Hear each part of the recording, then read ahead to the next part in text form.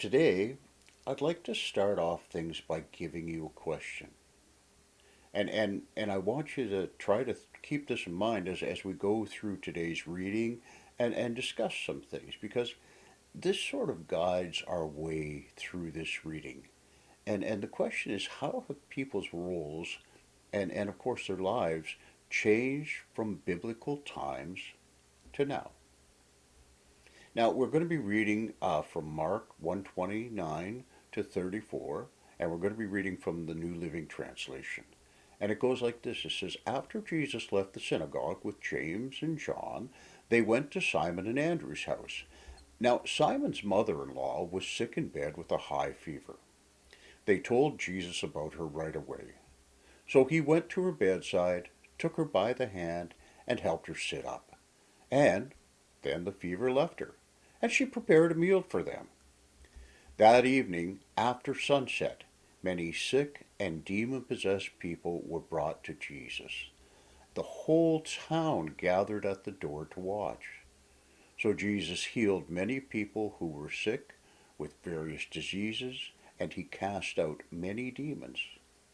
But because the demons knew who he was, he did not allow them to speak. The message today is called A Woman's Work is Never Done. I'm not even going to elaborate on that because I'm sure there are some of you that are thinking, wait a minute. But what I'd like to do is I'd like to let you know that in this time, that was probably true because this writing is set in the regular routine of life that was normal in Jesus' time. It's set in a house and it's set in a community. And so, in other words, it's set in the everyday life of regular people. And Peter and Andrew are taking their buddies home to eat. And that was not out of the normal. That was not out of the ordinary. It wasn't something special. And the expectation that the woman of the house would make the meal, well, I hate to say it too, but that wasn't out of the ordinary or normal either. So the thing that Mark wants to get through to us right away is our story begins in the very mundane, everyday, normal life of regular people. But Mark likes to move his story of Jesus along quickly. So we have that first sentence.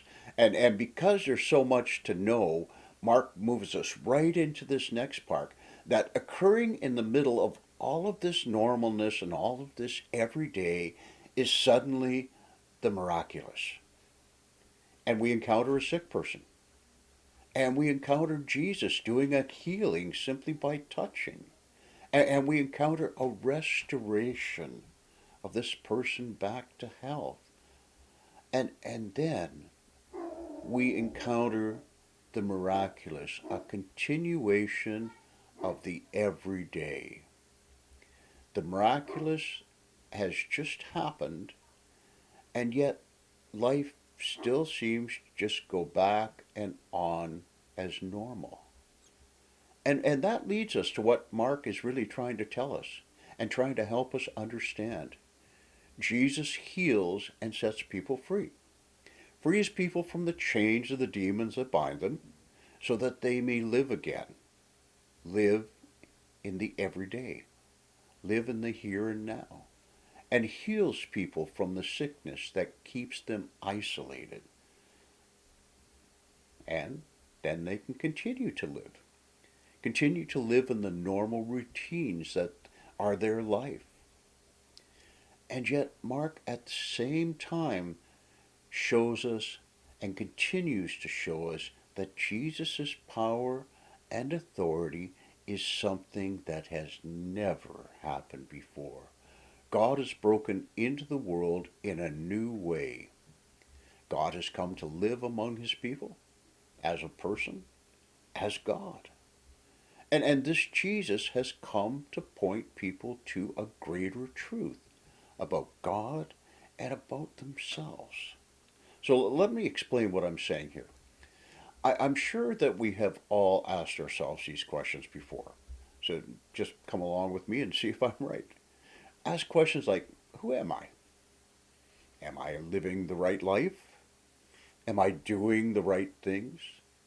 Does my life honor God and others? Does what I have and what I do have any real worth or value?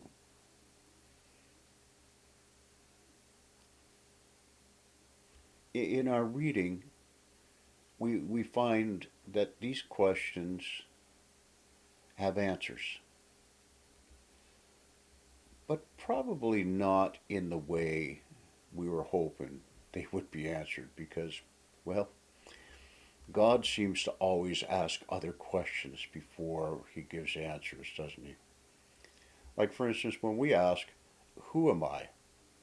God asks us, well, who do I see you as? And asks us, then, who do you see yourself as? And we ask, am I living the right life? And again, God asks us, well, what is the right life?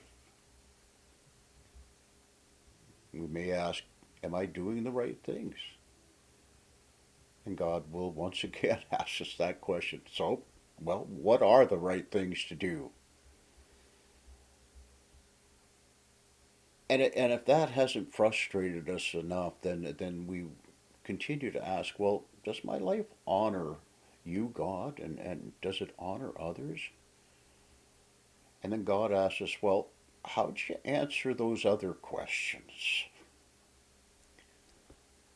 And if that hasn't really stopped you in your tracks and given you something to think about, the big question that a lot of people will have to wonder is does my life have value or worth?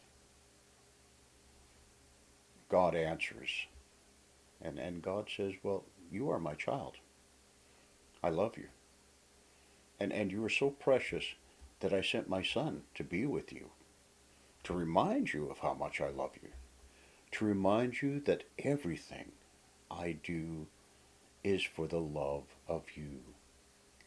And to remind you that the everyday life that you live in is so invaluable and has unmeasurable worth, not only to me, but to others.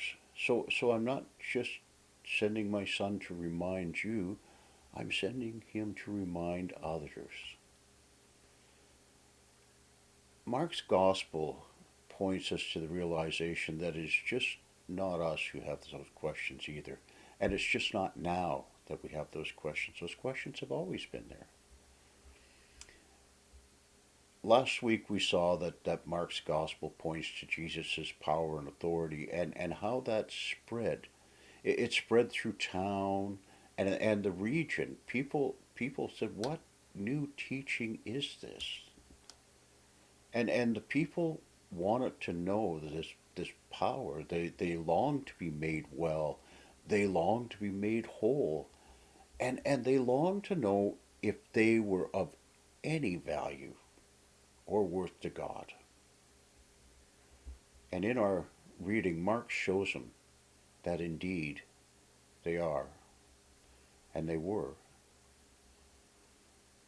And yet, here we find this miraculous story set right in the middle of everyday life, right in the middle of life, right in the middle of death, joy, sorrow, making meals, going to work, raising children, caring for others.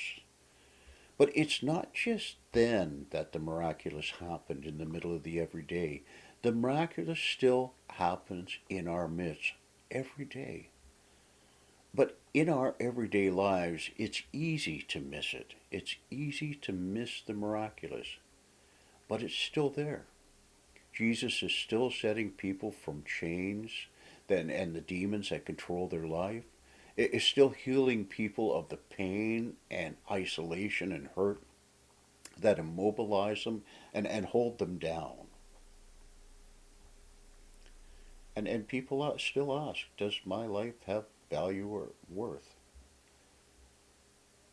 It, if you're there, ask yourself that question. First, ask yourself, does my life have value or worth? See what your answer is. And then ask God. Does my life have value and worth? It's not just in biblical times. We often read the stories of the Bible as though they're frozen in time. And it's true that the writers at that time, Mark was writing to a certain people in a certain place.